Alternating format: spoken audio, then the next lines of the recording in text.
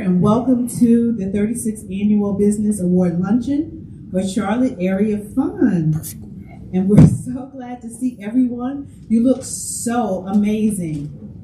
So at this time, we're going to ask our president of the board, Ms. Abby Butler, to come forward to bring us some greetings.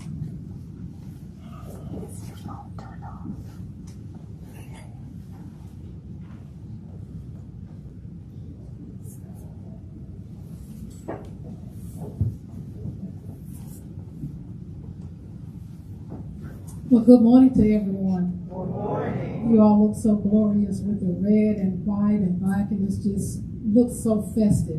Would you just take a minute to just say hello to the person next to you? Because you seem so quiet, and we need to liven this thing up. It's holiday season. Don't forget the yellow. Oh, the yellow, I'm sorry. On behalf of the Board of Directors, we welcome you to the Charlotte Area Fund's Annual Business Summit. As Natalie said, this has been going on for 36 years. And if we can just give a thanks for that, 36 years in our community. We thank each of you for being here with us and together. We feel extremely proud to be hosting this event again. We are very pleased to be able to welcome those of you that have been with us for a long time. So of the 36 years, how many have been here every year for a good? So all of these are new people, new partners, old partners. So Nick, all of these are new partners with Charlotte Area Fund? Many. So we can give another thank you for that. Give another thank you for a new partner. We would like to extend our gratitude to First Nick and his staff. Can we thank them for pulling this piece together? For going to the extreme to plan this. Also, without you, none of this would be possible. As partners, you continue to keep the 58-year history of the Charlotte Area Fund in our community. In these times, we need partners who are intentional about identifying the issues and addressing the needs of our community. We hope this time is used to network to seek solutions that will address issues that impact the upward mobility of those that we serve. Again, we welcome you and thanks for forming a route of trust for those that we serve.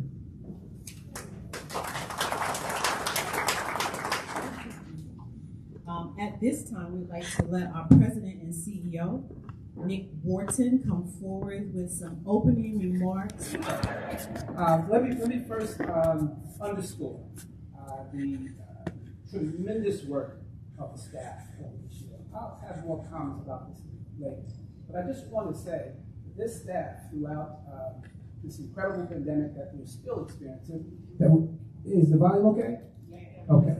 This pandemic, throughout it, our staff have been working diligently. We've not closed our offices. We've been working on a daily basis, serving the needs of those impacted by COVID-19. Many of you are here, perhaps thinking at some health risk. You've come out to spend this time with us. And so we want to take every precaution necessary, as you saw, as we are living out this COVID pandemic and quite frankly, yet a new variant, right, that we're dealing with. And oh yeah, it's flu season. And so we're real concerned about your health. And so as to our thank you for joining us across the state. It's so nice that you've decided to participate in this event with us. So again, thank you for being here, for this experience in pathing and forging the pathway forward. As well. At this moment, we're going to ask for Reverend Brad Humphrey to come forward. I know my gentleman over here at this table is ready to eat, so we're going to move on. But Reverend Humphrey is with St. Paul Presbyterian Church, and he's going to give us an invocation.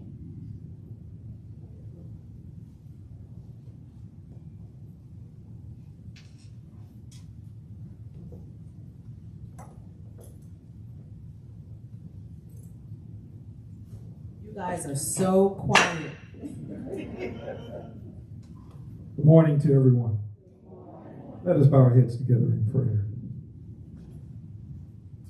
Almighty and gracious God, our Heavenly Father, we come now asking for your presence to be among us as we feel your Holy Spirit move from heart to heart and breast to breast. We pray, oh Father, for the success of this organization that is so meaningful in our community with the Charlotte Area Fund that has done a marvelous job in reaching out to those citizens in our community that are in need. Continue to bless them, O Lord. And bless, O Father, these honorees that come today, who have given of themselves in service to this community and for the uplifting of all mankind. We pray, O Father, as we gather that we will fellowship with one another, and through this fellowship we might gain better insights to know each other better, and that we might make this a better place to live. Bless now, O Father, those particles of food that we partake of, that will give us strength, that we might be of service as we go about doing your will.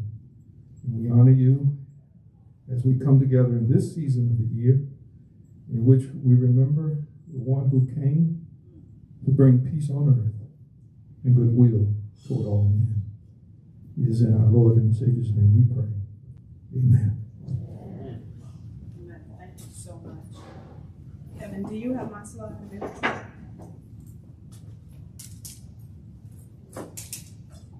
So we know that being on a board requires a lot of commitment, dedication, and tenacity.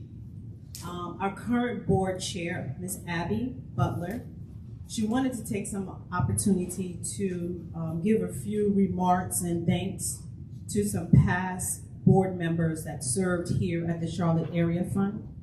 And so, Abby, I'm going to ask you to come up.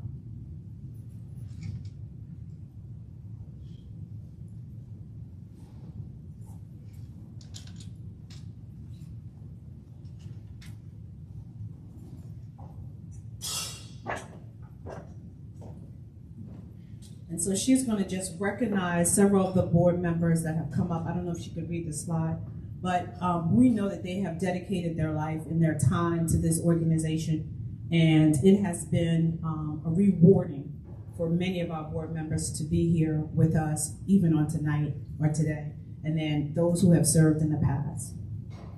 Just as Natalie said, we want to thank the previous board members that served for their dedication and commitment to the Charlotte Area Fund. We have Mr. Aaron McKeithen, and Miss Eva Barber is no longer with us. So at the end of this, we would like to just say a silence for them.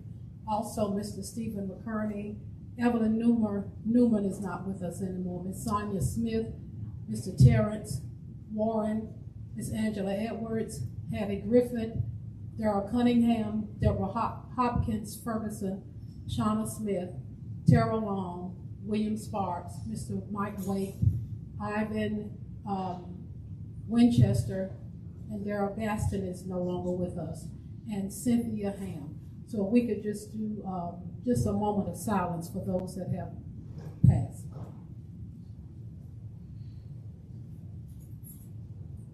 And again, we thank everyone for their service to the Charlotte Area Fund. Thank you. Give them a hand.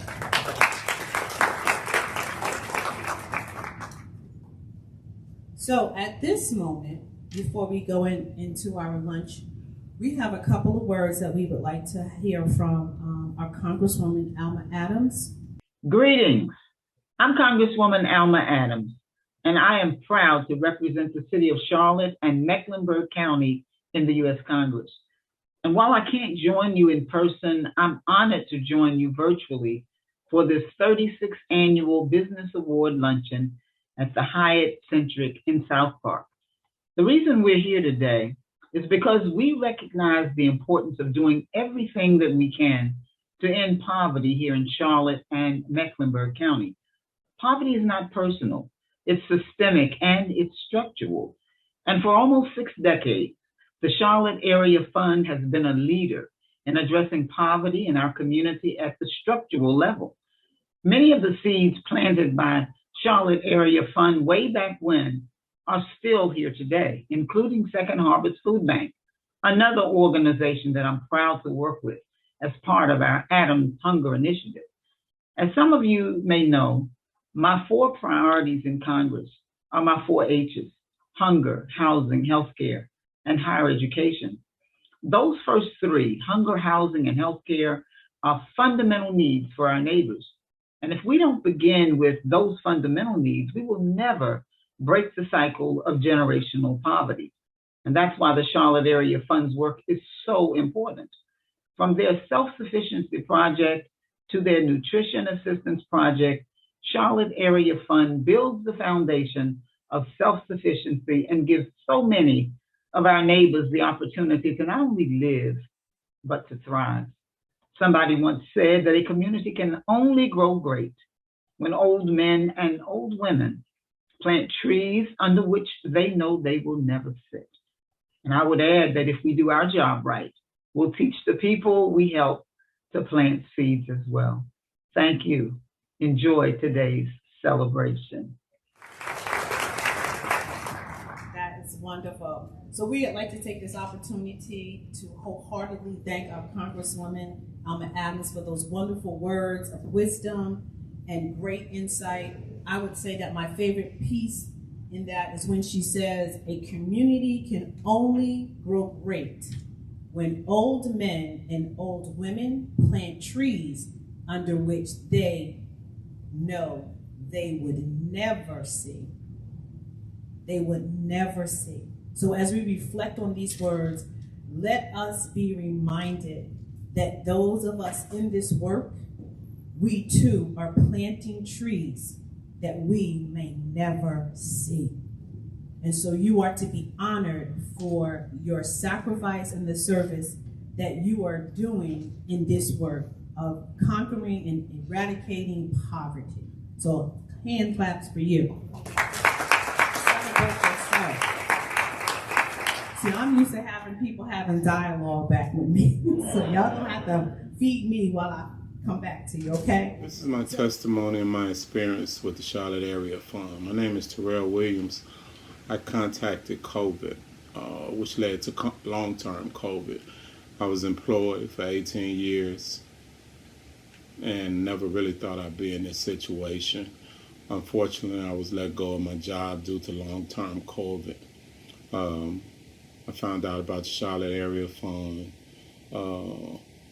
took various courses, Work Smart, computer classes, resume writing, all which helped me, along my path towards my new career, which was upgrading my skills.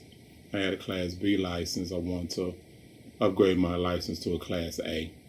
And so Charlotte Area Fund helped me, not only with the courses, just with the structure that they gave me towards my new career. They paid for the schooling. Not only did they pay for the schooling, they were able to help me because I didn't have any income coming in with funds towards, just attending the school. It was a 4-week program. Successfully graduated, I should say. Started my new career 2 weeks later. And I'm gainfully employed now and just moving forward along my new career. So it was a very rewarding experience, and that's my testimony. And I hope, it could help somebody else. Thank you. Hundreds of people lined up in their cars today in East Charlotte to get help feeding their families. Several organizations teamed up for a big food supply giveaway near Bojangles Coliseum. Channel 9's Anthony Castoro was there and spoke with one man who waited in line for hours. It is called the Big Pop-Up Event, and this is the 4th one here in North Carolina since the pandemic started. And as you can see, the need has not slowed down. Despite the smiles and loud music, the long line of cars outside the Park Expo Center in East Charlotte is reminiscent of the early stages of the pandemic. While lockdowns have lifted and businesses have reopened, organizers say many of these families still don't know where their next meal will come from. Eddie Beckham waited in line for hours because he says it can be hard to make ends meet. The prices of the food is going up. It's high, and you can only spend so much money, on so much stuff.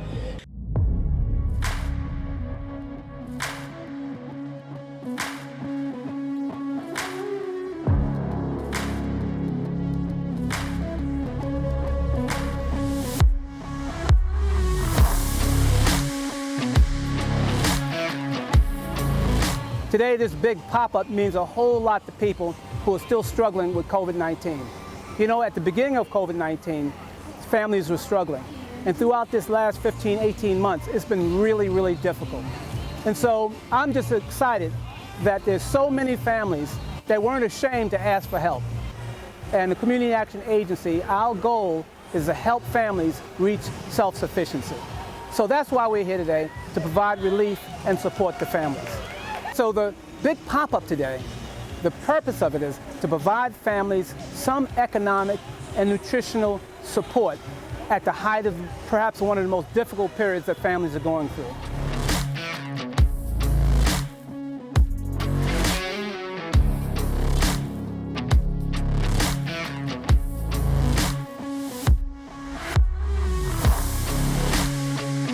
Ward Alexander, pastor of the Park Church here in Charlotte, North Carolina. It's been a joy for the Park Church to be in partnership with the Charlotte Area Fund in the production of this big pop-up event. We are told to whom much is given, much is required. So much has been given to the Park Church by way of people, by way of space, by way of resources.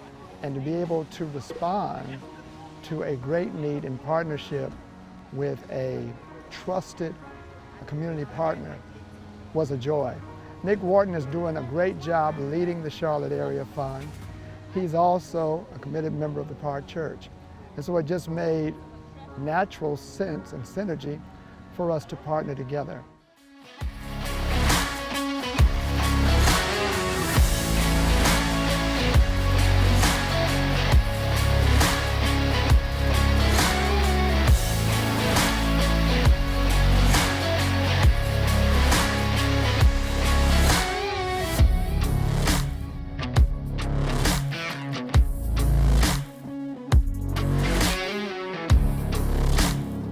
Given that, we are supposed to be coming out of the pandemic, there are so many people still in need, and we are trying to satisfy that need and help them with some of the basic necessities. Our organization is here today to try to give back and again to provide for any need that we see within the community.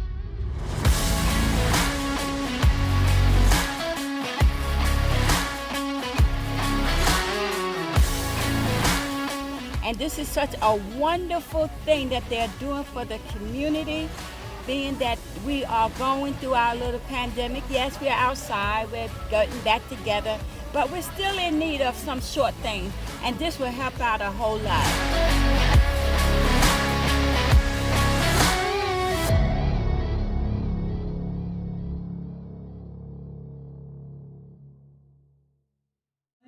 At this time, we're going to ask our president and CEO to come up because he's going to render us the introduction of our guest speaker, Mr. Willie Perdelma. Let's hear it for Nick.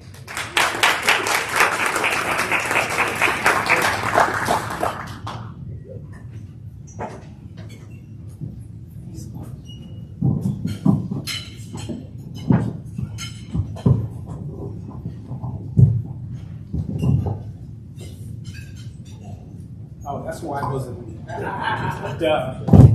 Got it. Thank you very much. Oh. Well, that was a nice video. Let me just kind of underscore some things here. So that big pop-up was an enormous undertaking for the staff and 135 volunteers and so many sponsors and partners that came together, serving almost 2,300 individuals who came through 940 cars.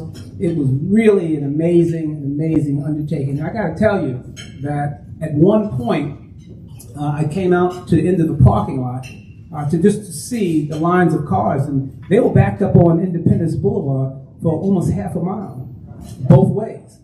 And we realized if we did that same event the following week, we'd probably double the numbers of individuals. I say that to say, here we are having a very nice lunch and seeming to get back to some level of normalcy.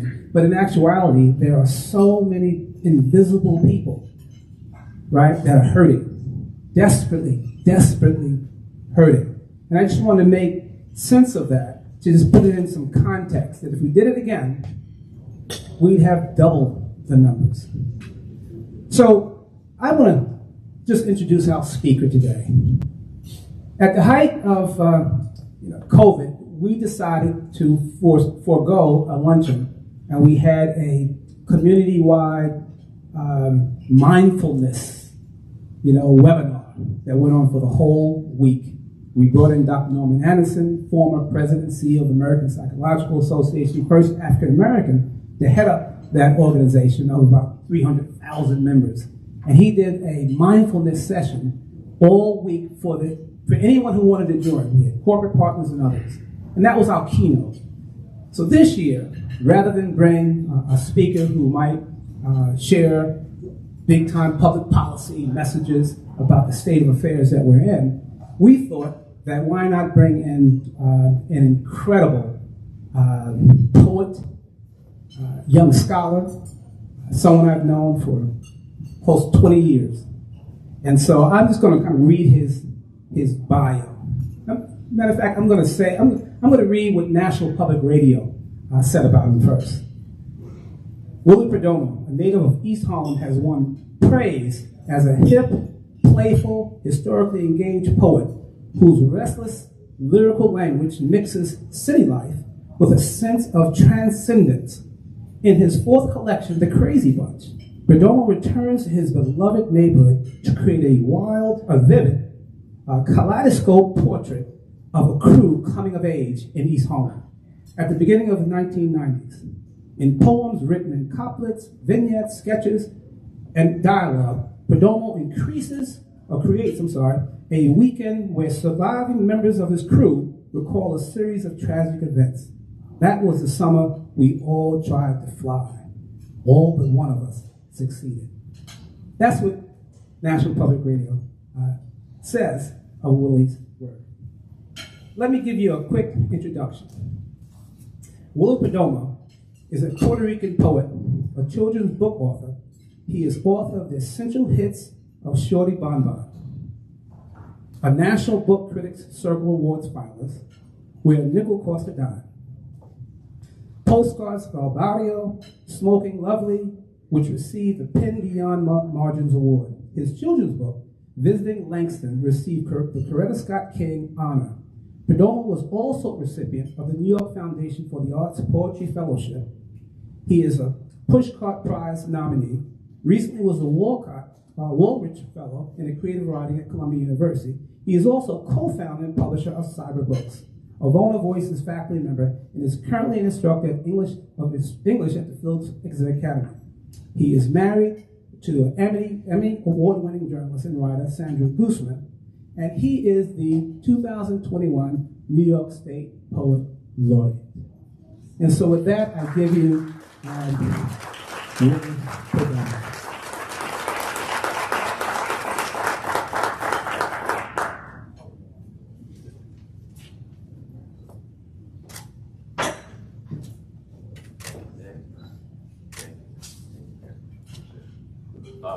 Is there any way I can attach this to that? I can do that? Will it hold up? It won't stay? Let's see if we can both embarrass ourselves. What do you think? If it stays just like that, I think I'm good. Good. It won't stay. Ah, perfect. Don't breathe. Microphone check. Can you hear me in the back? Awesome.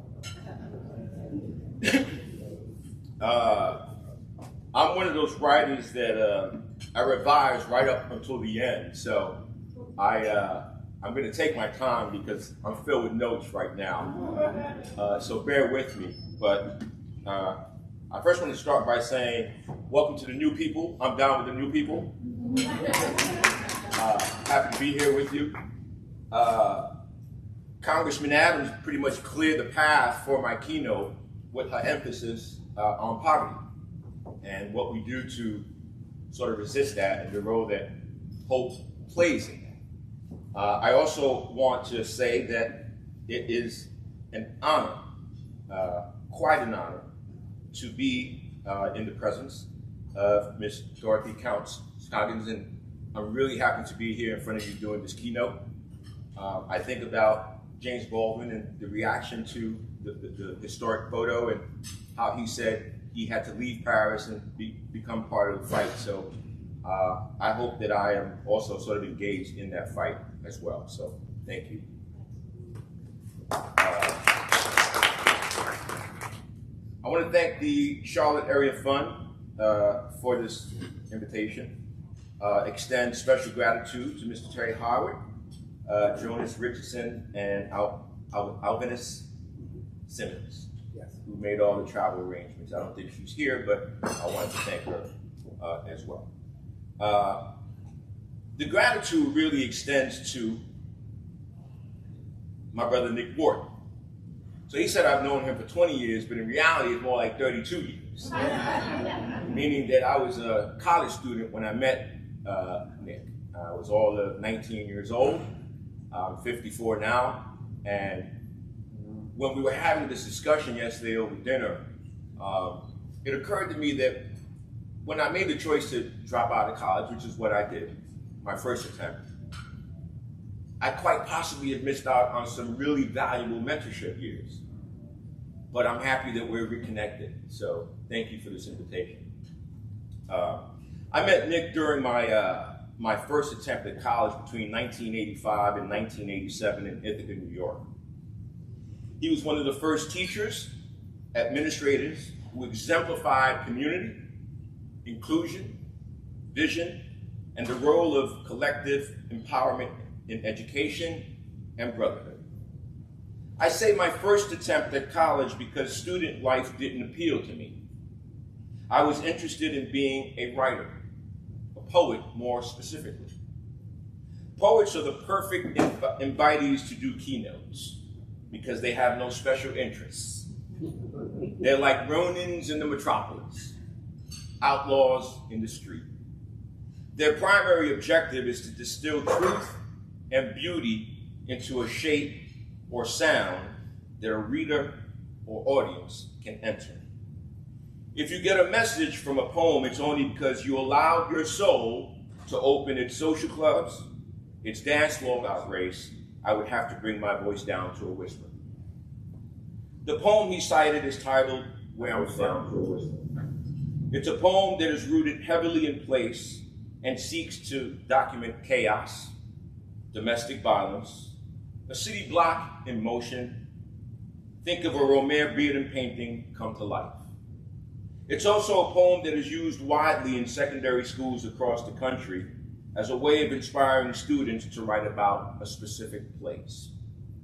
I actually wrote this poem in Ithaca College during the time that Nick Wharton was the director of the Educational Opportunity Program, or EOP. A white student who was from Kentucky and was fond of calling me Wilbur, I don't know why, asked me where I was from. He was my dorm mate, so one day he stopped by my room, started a conversation, and he asked me, where are you from? At that time, the only decoration that I had in my single was a New York City subway map from 1985. I pointed to the 125th Street stop, 125th Street, the Mecca, the nexus of exploding dreams, and said, this is where I'm from. Later that night, I probably turned on my Olympia electric typewriter and started this poem. And I emphasize electric typewriter because it was 1985, 86. I had no laptop, no phone, and I could be heard in my single, not going to class, but typing out these poems, and all you hear was clack, clack, clack, clack, ging, clack, clack, clack, clack, ging, clack, clack, clack, clack, cling. So I'll read where I'm from.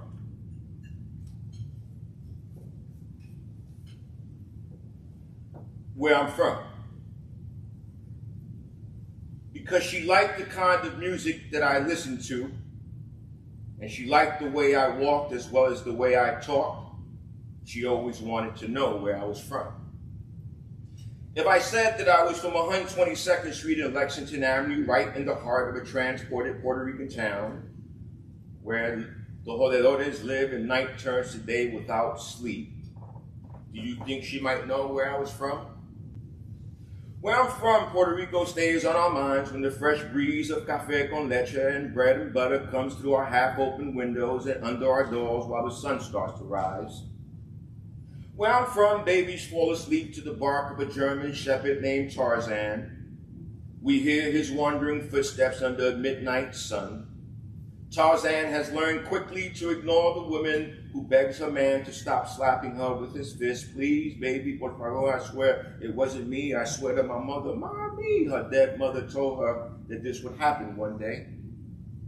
Where I'm from, Independence Day is celebrated every day. The final gunshot from last night's murders, followed by the vicious knock of a warrant squad coming to take your bread, coffee, and freedom away. Where I'm from, the police come into your house without knocking. They throw us off rooftops, say we slipped. They shoot my father, say he was crazy. They put a bullet in my head, said they found me that way. Where I'm from, you run to the hospital emergency room because some little boy spit a razor out of his mouth and carved a crescent into your face. But you have to understand, where I'm from, even the dead have to wait until their number is called. Where I'm from, you can listen to Big Daddy retelling stories on his corner. He passes his pint, pouring the dead's tributary swig onto the street. Says, I'm the judge and you in my courtroom now. Where I'm from, it's the late night scratch of rats' feet that explains what my mother means when she says slowly, bueno, mijo, es la vida del pobre. Well, son, that is the life of the poor. Where I'm from, it's sweet, like my grandmother reciting a quick prayer over a pot of hot rice and beans. Where I'm from, it's pretty, like my niece stopping me in the middle of the street and telling me to notice all the stars in the sky. The danger in reading this poem is that I might get single story, that the reader might construe my life as one extended traumatic experience. That being born Puerto Rican, being born Black in East Harlem was to be in a constant maelstrom of dispossession. If you've been paying attention for the last 2 years, most of the country has been living in a state of trauma and fear. But if you really heard the poem, you noticed the fracture of light at the end. I come to you today as a poet whose aesthetic prerogatives require hope, if not a fierce determination toward beauty. But the ending implies the following. How many minefields need to be cleared before we can order hope from the menu? Hoping that it's served right. To notice love when it presents itself. To embrace hope when it reaches out for you. I was born in 1967, a year before the end of the Civil Rights Movement. This is not an autobiography, so please don't worry, I'm just giving you context. I like to call myself a post-civil rights baby. A baby that was born into a decade that aimed and put a bullet through hope with the deaths of Malcolm X, Martin Luther King, 2 Kennedys, and cities that were lit into protest hubs. A baby that was born into the hope of upward mobility when my mother decided to move into the Upper Park Avenue Community Association housing project in East Harlem. With her own specific hopes, dream books and prayers, saints and traditions, and a special way of making potato salad. I was born 2 months after Luncheon News made his transition in May 1967. And one day before John Coltrane found a love supreme and started his travel and eternal jam session with what some of us would call God. He died July 17, 1967. This loose chronology of historical and cultural events that symbolize the movement toward promise, a hope of liberation, not freedom necessarily, as freedom is an innately human trait, a default position, whatever our stances. I feel like we're living in a moment where the country is walking toward a dead-end street looking for an identity, and everyone you know is wearing a mask. It would be easy to point to the current ills of deported children, imprisonment of toddlers, rabid militias, proponents of nationalisms that perpetuate hate as its primary doctrine, urban deserts, food deserts, an opioid crisis, high suicide rates, extreme loneliness, the raisin in the sun that democracy might become. But what I'm saying is that hope, in its many manifestations, is delivered piecemeal. And when the delivery person is on the way, the journey is usually impeded by a tire with a slow leak. Hope never seems to get to its destination, so it has to get off and walk. But I would argue that hope didn't have the tools, didn't quite have a definition yet, could only sound itself as a soundbite with an image you hang on to with both hands. That such a kind and soft word like hope was also at one point one of the most dangerous words in the dictionary. I'll start this session with a poem by Miss Lucille Clifton. Won't you celebrate with me? Won't you celebrate with me what I have shaped into a kind of life? I had no model. Born in Babylon, both non-white and woman, what did I see to be except myself? I made it up here on this bridge between starshine and clay. My one hand holding tight my other hand. Come celebrate with me that every day something has tried to kill me and has failed. This poem reads like a prayer, which is, as we know, hope's co-pilot. Prayer takes over when hope decides to take a nap. I teach creative writing workshops, and the saying goes that you write about what you know. And most importantly, you show, you don't tell. At the start of a workshop, I told my class to take out a blank page so that we can practice. The exercise is a list exercise. I will say a word, usually a big, general, abstract word like love, death, mercy, anger, pain, and hope. If I were to write this exercise now in the context of the Charlotte Area Fund, my list would read families, jobs, housing, books, free clinics, volunteers. The great Cuban poet Jose Marti said that every imagination has its own language. So if I asked you to do this exercise today, what would your list look like? What is the language of your imagination as we try to create change? What is the cause of your celebration this morning? What was it that you saw on the way here? The language of hope usually starts with the first person point of view, depending on your values, your priorities, your interests, your desires, your fears. I hope I have the right answer. I hope the MRI comes back negative. I hope you can play the tambourine. I hope I win that scholarship. I hope she says I love you. I hope that we don't get evicted. I hope they like this keynote. I hope I don't get shot tonight. I hope I don't get stopped tonight. I hope I don't get robbed tonight. I hope I don't get chased tonight. I hope they grow trees on my block. I hope the library stays open. I hope I can cop those new airs. I hope my mother doesn't die from COVID. She did. Then the word extends into the first person collective, the we of it, the us, the unit, the family. Hope we win the game. Hope we don't have to go to the shelter. Hope we can make this graduation. Hope we can survive another night. Hope we can get enough milk for the baby. Hope we can pay for the emergency room bill. Hope we can pay tuition. Hope we can get that winter jacket. Hope we can get Sonny off his blues. Hope we can get Shorty off his Jones. Hope we can get Belinda into the spelling bee. Hope we can get June into the program. Hope we don't have enough we hope we have enough for his books. Hope we can go to the parade. Hope we're not part of the charade. That's when you discover that hope needs a plan. A strategy,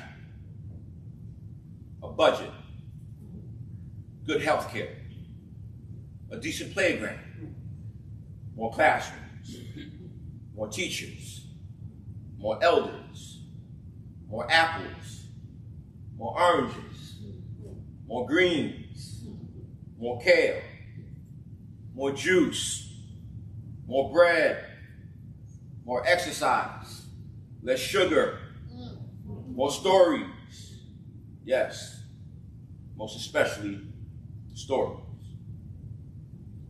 In her poem, Grace, U.S. Poet Laureate, Native American poet Joe Harjo writes, I could say Grace was a woman with time on her hands or a white buffalo escaped from memory. But in that dingy light, it was a promise of balance. We once again understood the talk of animals, and spring was lean and hungry with the hope of children and corn. I would like to say, with Grace, we picked ourselves up and walked into the spring thaw. We did. The next season was worse. You went home to Leech Lake to work with the tribe, and I went south. And wind, I am still crazy. I know there is something larger than the memory of a dispossessed people. We have seen it. I'll repeat those two last sentences. I know there is something larger than the memory of a dispossessed people. We have seen it. This last line makes me think of growing up in East Harlem. I think of a holy alliance, the fluidity of consciousness. East Harlem has the highest concentration of housing projects in Manhattan. At one point in the 70s and 80s, it was really a nexus for African American and Puerto Rican life. It would be simpler for me to just say black life, but that's another conversation. I remember marching down the street as a kid and singing, beep, beep, walking down the street, Ungawa, Black Power. I said it, I meant it.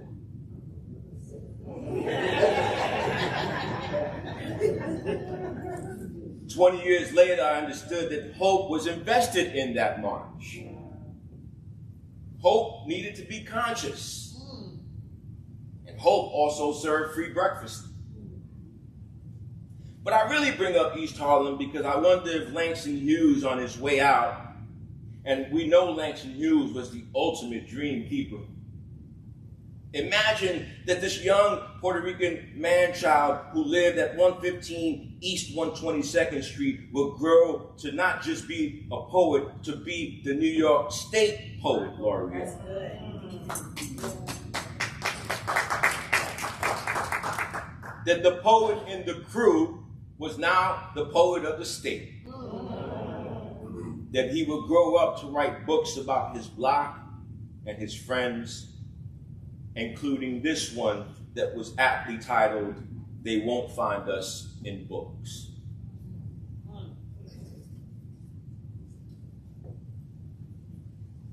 And after we officially gained entry into the Brotherhood of Bad Mother Flowers, what could our mothers do but lose sleep? Wake into prayer, prepare herbs and apples, cursive the names of our enemies on loose leaf and let their names dust in the sunlight. Now everything is clean, rezoned and paved, tenements abandoned like whack parties. What is left for us to do but summon bullies from their graves and liberate ourselves from influence? Gone are the old spots near the takeout, old flames where we used to make out, the spots where the light used to fade out, and the letters we wrote from burning buildings. Our shoulders were made of stone. Our evil was translucent. Turn us into mortals so we can cry without judgment. Surrender our cool and watch us morph into men. Let it be known that we chased killer dealers before the cans got kicked for good. We were made from repeating blocks. Holler if you hear us. There was never a once upon a time because all it takes is one person to get away with it, to get away and get over, to get some and get up. Here we go. Come on. Here we go. You are history, you said. If being free means burning a few things, then play that number for us straight. The corner was between us and the world. Sometimes you just needed to be okay with not telling. If anyone asks you about your destiny, don't explain. Maybe this is the story we need to turn ourselves into music, bass and bully, a string pulling at both ends. They won't bind us in books, you used to say. We practice our lives in lobbies and layaway ganders and goofs, boosting lines from the radio, breaking dynamite styles. We were God bodies. We had God in our bodies. That's what Brother Lowe used to say. He used to say, a man can stand on the corner long enough to see a dream etched on a herb's forehead, to see desperation exit from a subway station, to see a tragic hero came back to reclaim his city. So we downloaded his bars and gems, and no doubt, when it was time to tell our story, out would come fire and spit. Along with hope, we need love. This is true. Except sometimes we just don't know how to use the word. And I'll leave you with this last poem because this is something that I learned when I was a child, that because we didn't know how to use the word, especially amongst the brothers, we had to say things like, that's my heart right there. Don't talk nasty about that person. That's my heart right there. That's to say, I love that person right there. That's my heart right there.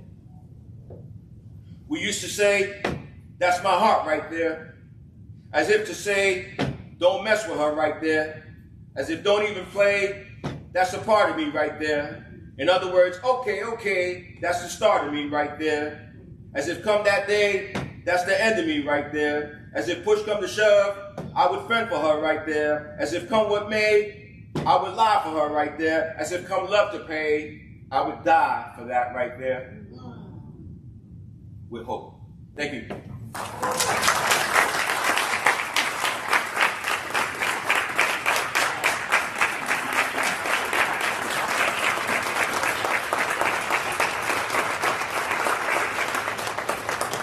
Don't leave home without it.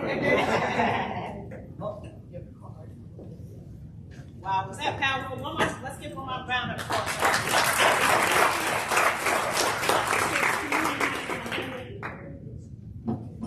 Yes, thank you. That was so powerful. What did you get out of that? So much. What did you get out of that? So I'm gonna take this a little deeper, because we are gatherers of information. We gather a lot of information, but do we execute and implement on it, right? So what did you get from that? Table number one, Terry and Angela, one of y'all speak out. Tell somebody from this table over here, what did you get from that? Hope. Jonas's table. Raise your hand, Jonas. That's it. Jonas got the plaid coat on. What did you get from that?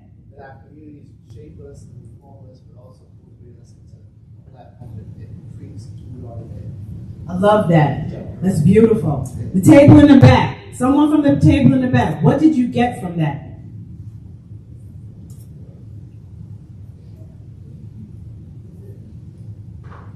Go ahead. Love thy neighbor from that. Awesome. Good. This table in the back, straight in the back. What did you get from that? There will always be peaks and valleys in our lives, and that as we come together as a community, there's always going to be life from death. That's good. This table almost in the middle, right? Tanya Thomas, raise your hand. That table. What did you guys get from that?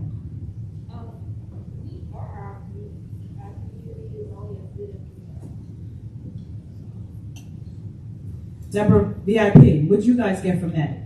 Ashley? Strength in a concrete jungle. Wow. That's good. That's good. President's table. Hope needs a plan and a budget. That's what I walked away with. And a strategy. And a strategy. The table in the back with Malik. What did you guys get from that? Charlotte area fund, that's my heart right there.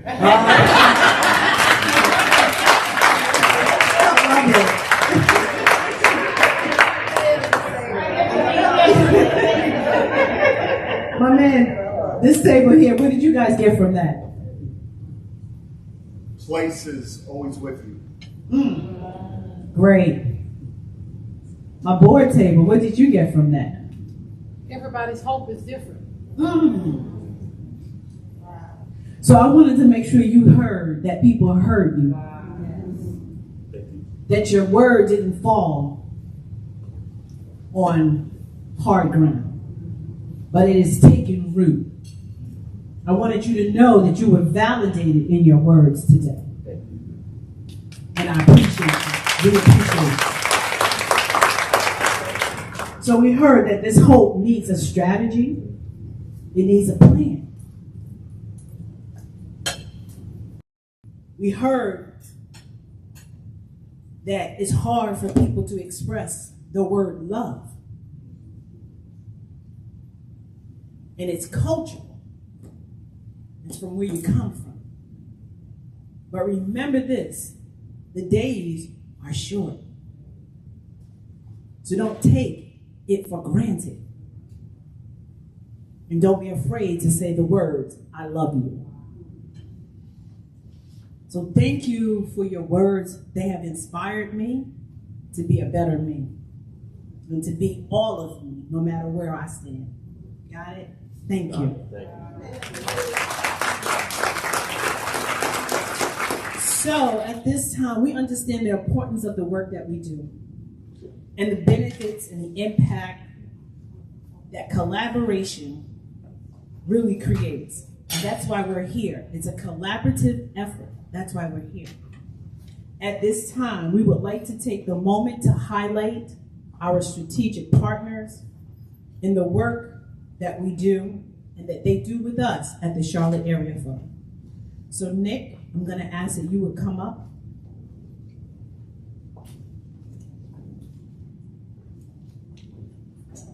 This is my new boss.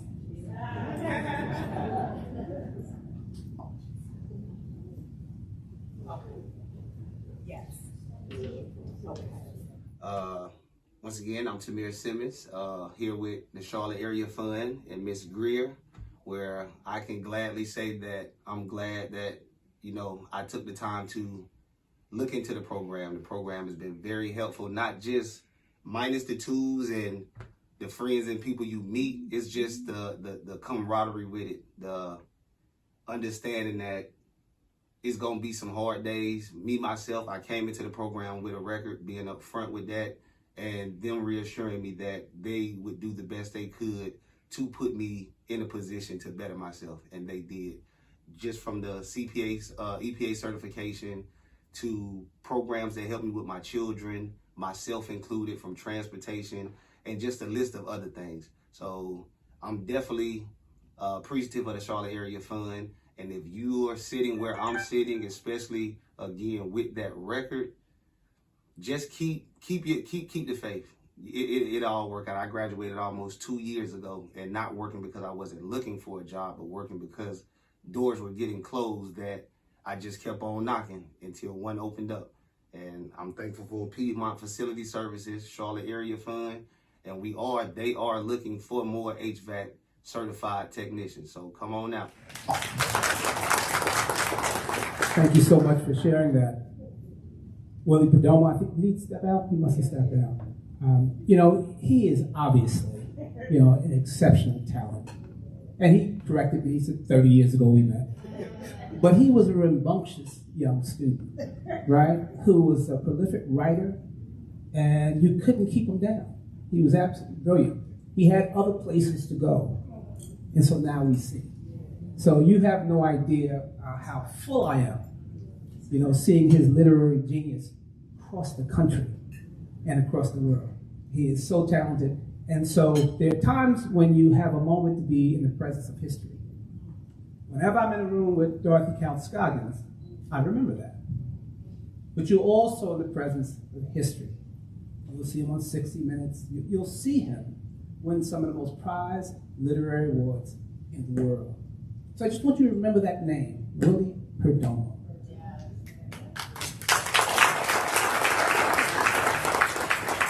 So this time I just want to acknowledge many of the partners. We don't do this work alone. No one makes it on their own. No one. Not Oprah Winfrey, not Bill Gates, not our previous illustrious president. No one makes it on their own. I am because we are, and because I am, we are. Those of you who travel to Egypt, you know that saying. I want to acknowledge our partners right now.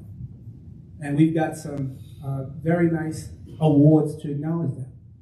You saw the big pop-up event. We've done a whole lot of things this year, and I'll get to that a little later. But let's just begin with the awards. So for our Trailblazer Award, that's the organization, the company, the partner that is willing to take risk and go on a path that isn't already there. This year's award winner is Food Lion. Gary? Thank you.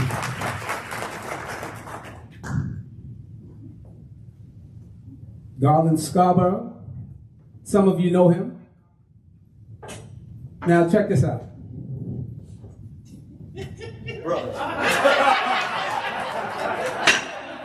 So for years,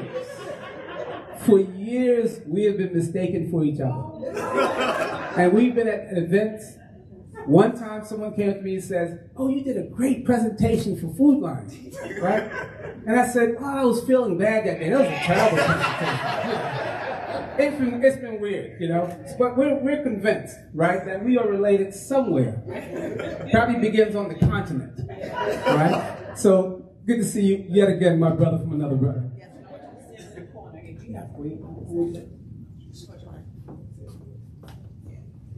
Garland, please. Say every word.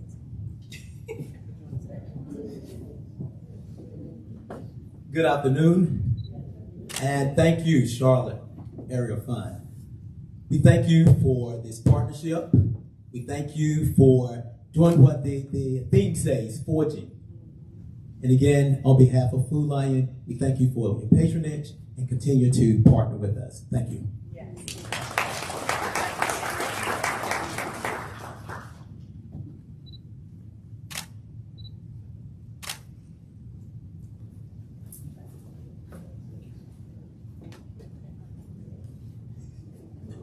You guys don't know. It is truly hilarious over the years.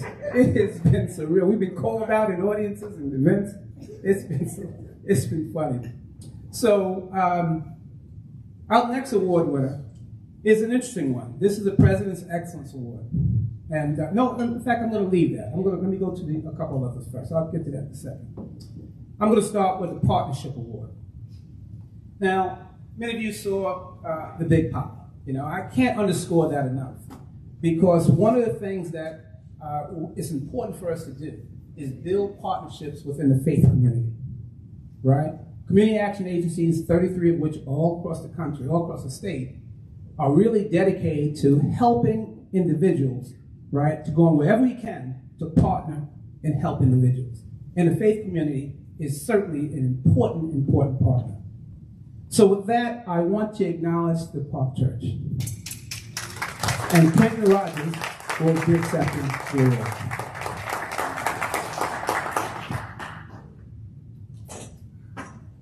And Quentin, feel free to say a few words on behalf of the Park.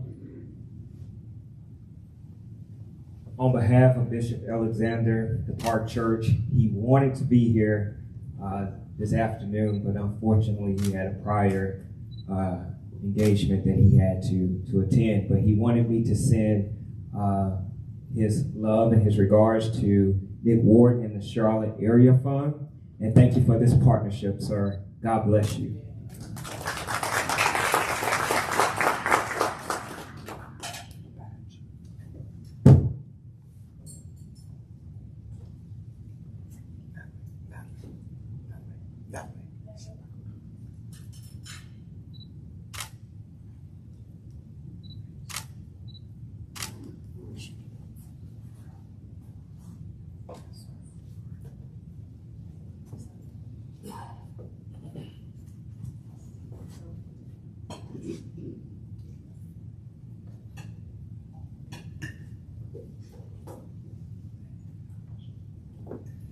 Our next partnership award winner is a company that has been with us for a number of years.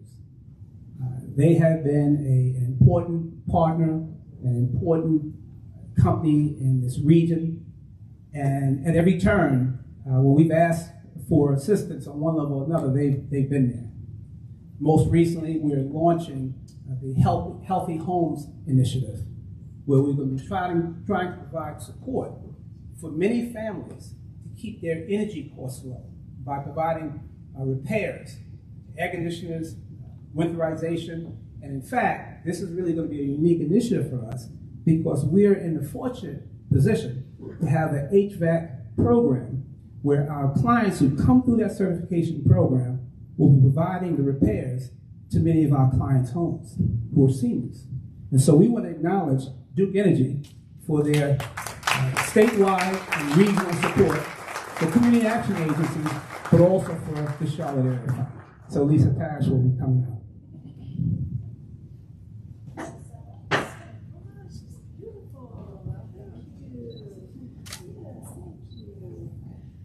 Well, I feel like Duke Energy's followed this guy from wherever he's working. We're there right behind him supporting him because we know he does good things for this community.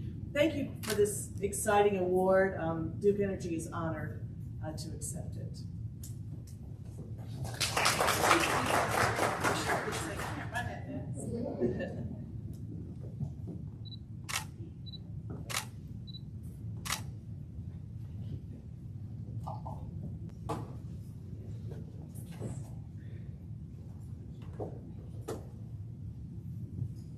So the Honorable Congresswoman Alma Adams mentioned the history, the broad and deep history of the Charlotte Area Fund. We were one of the first community action agencies in the nation. There are 1,000 around the country, 33 in North Carolina. And she mentioned one of the factors, not only a direct service agency, we provide a variety of services to those living at or below 125% of federal poverty, but we also leverage and partner and help create and sustain agencies in their dawning of growth, but also when they're under-resourced. One organization we were so proud years ago to have helped get off the floor was Second Harvest. And we know the wonderful work that they do. So Leah Gaddy, is she in the room? Wonderful. And this is a Pacesetter Award. We didn't read the other inscriptions, but it does say for setting standards of achievements for others. Thank you.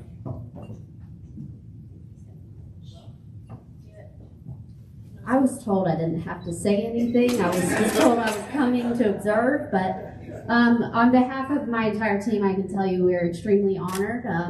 This year we are celebrating 40 years of service, which is very exciting for us, but is only possible because of the Charlotte Area Fund. We started as a project of them.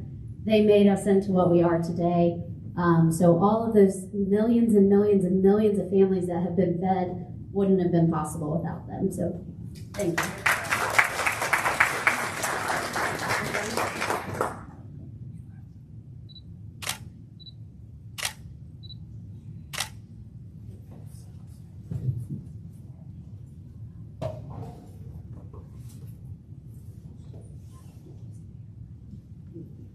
The next award goes to a global company that for many years, over 150 years, I think, this company has existed, providing a whole wide range in the early years of products that you know about.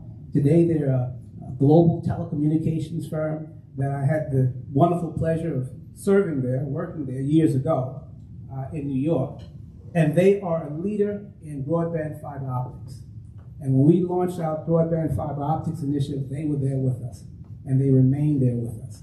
And it's an industry, quite frankly, a technical training role for underserved individuals that we believe and has demonstrated leads to not only a living wage job, but a career.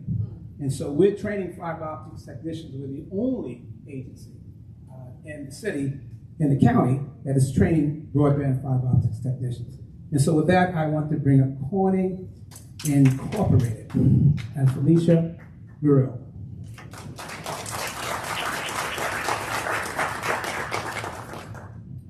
it says, thank you for your partnership and outstanding contributions to Charlotte Area Fund. Thank you, Nick. Thank you to the Charlotte Area Fund. As Nick said, Corning has been honored to be a part of a lot of innovations that change our world and our country, and we are honored to continue to be a part of the hope that Charlotte Area Fund provides our communities. So thank you so much.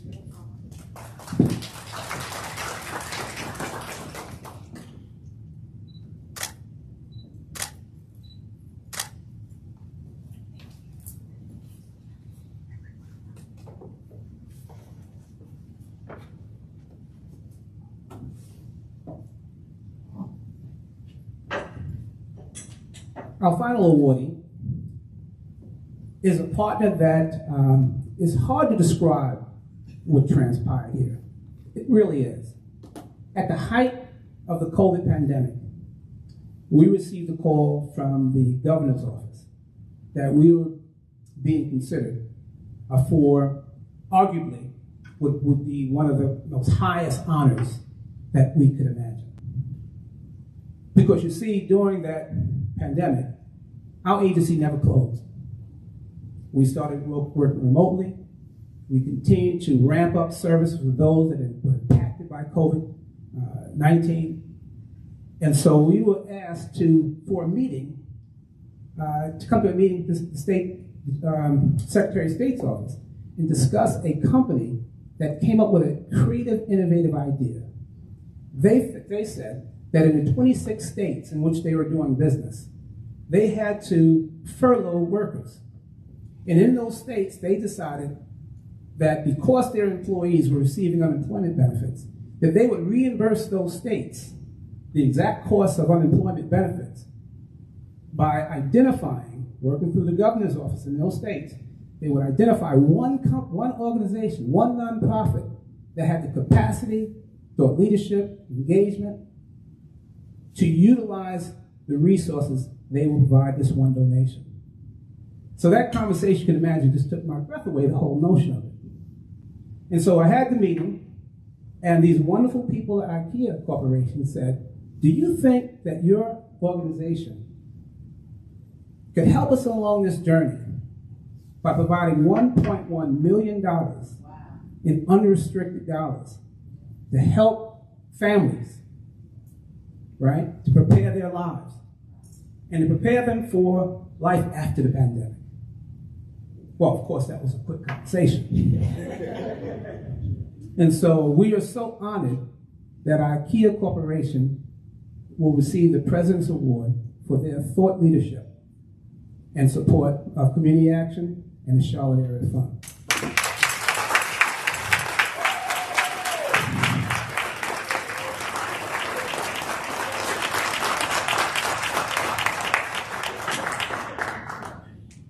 Jeffrey, this says, for your outstanding thought leadership in eradicating poverty. Thank you so much. Thank you.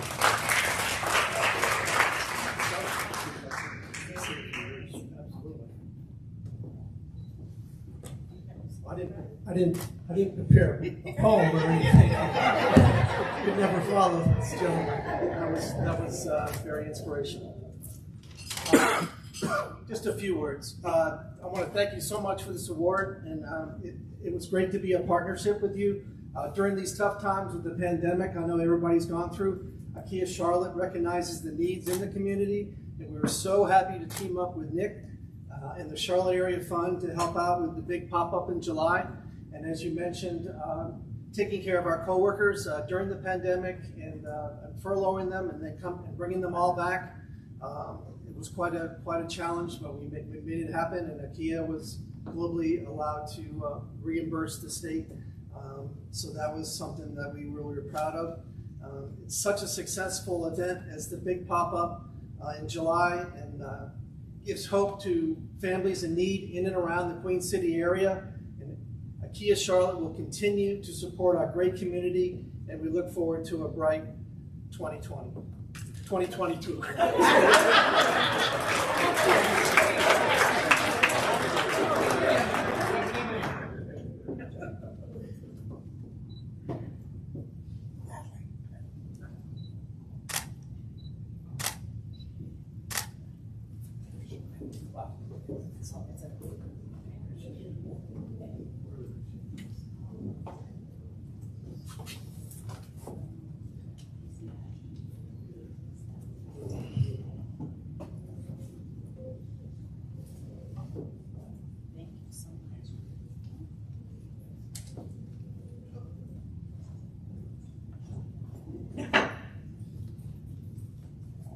You know, after an award like that, you have to just pause a minute, right? And just think about, you know, I'm a person of faith, right? And there are times you have to just recognize how good God is, right? And I think that Willie Perdomo's poem is just resonating deep down on the inside, right? In terms of hope, right? So again, Ikea, please let Javier Quinones know that how thankful again we are. So this last award is an interesting one. It's really for an employee of the year. Now, many staff don't probably know this is happening. Some perhaps do, because you can't do anything without somebody knowing. Right? So, because they talk. Anyway. But this is for a staff member who's been with the agency over 24 years. And if you ask any of our partners around the city, around the county, who do they look to, you know, to learn more about the Charlotte Area Fund? Who is that gracious, humble servant leader who does just about anything? And I mean anything. You know, so when Willie, you talk about, you know, mi amor, who being in love, he's in love with the Charlotte Area Fund. He is all of these awards wrapped up in one. He has the highest level of integrity in everything he does. Never complains, even though I know he wants to complain. Right? He just gets it done. So Terry Howard.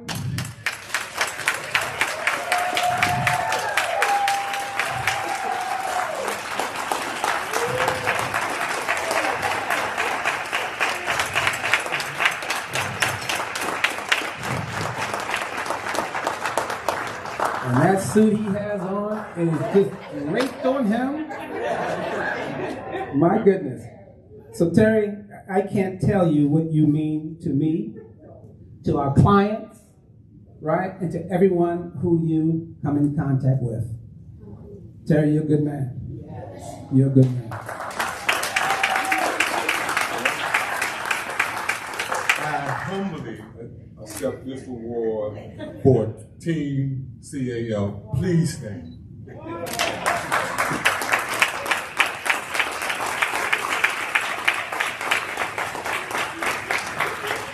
My man. Thank you so much. I mean, this was truly shocking. Thank you. It looks like you, Nick.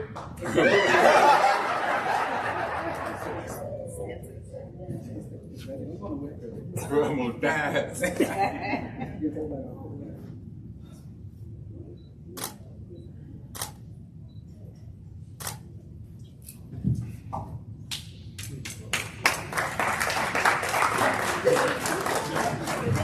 What Terry doesn't know is that also comes with a check.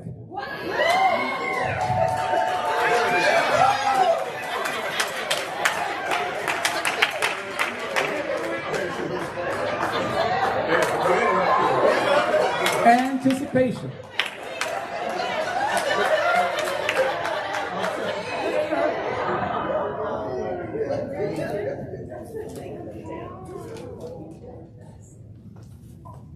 Yes. So I am so glad that that is over. I was calling Angela, sneaking around. I had to not let him go with me to go pick up the trophies. And Jonas, you know how hard that is, right? But we're so honored. I'm honored. I've only been there for a few months, and I'm honored to work with you, Terry. And it has been my extreme pleasure. So at this time, I want to say thank you to all of our wonderful partners. Congratulations to all of you again. Let's give them one more round of applause. We're going to ask Angela Dunstan to come up, and she's got a call of action for us regarding COVID-19. She said,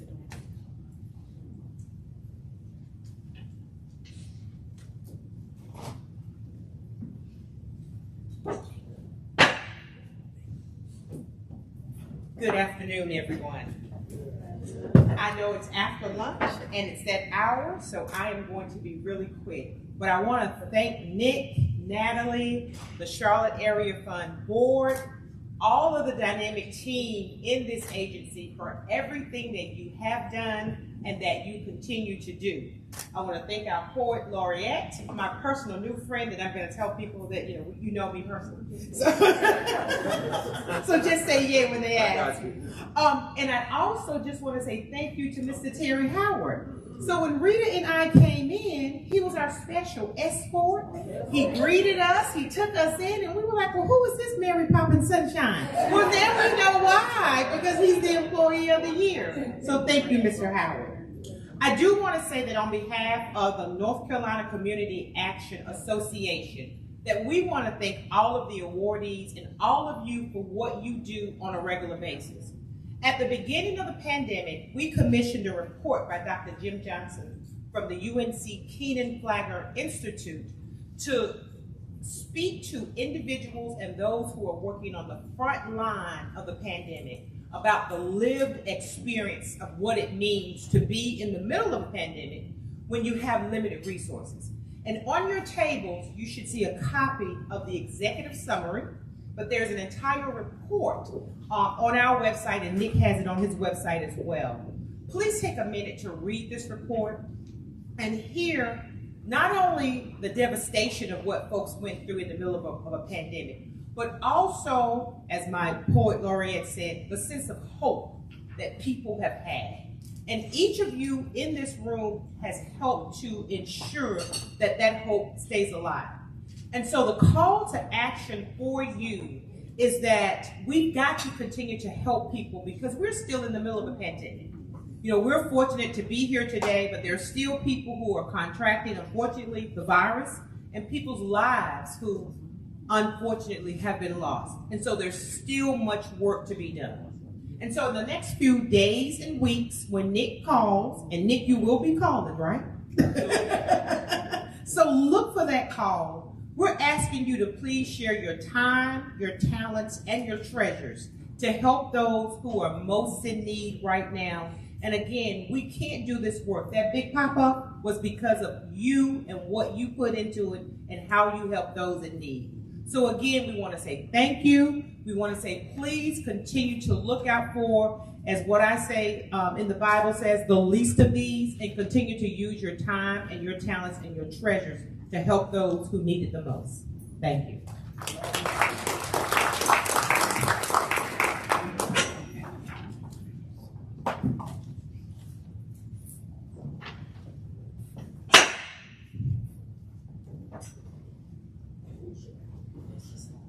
Thank you so much, Angela.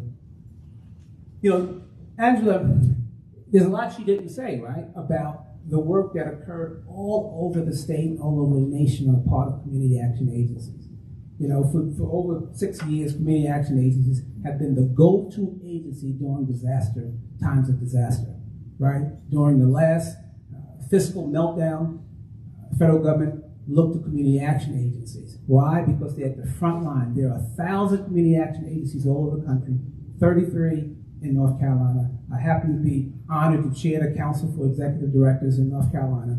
They are located in 95% of the nation's counties. They're at the front line doing incredibly heavy lifting work, right, for those who are invisible to many.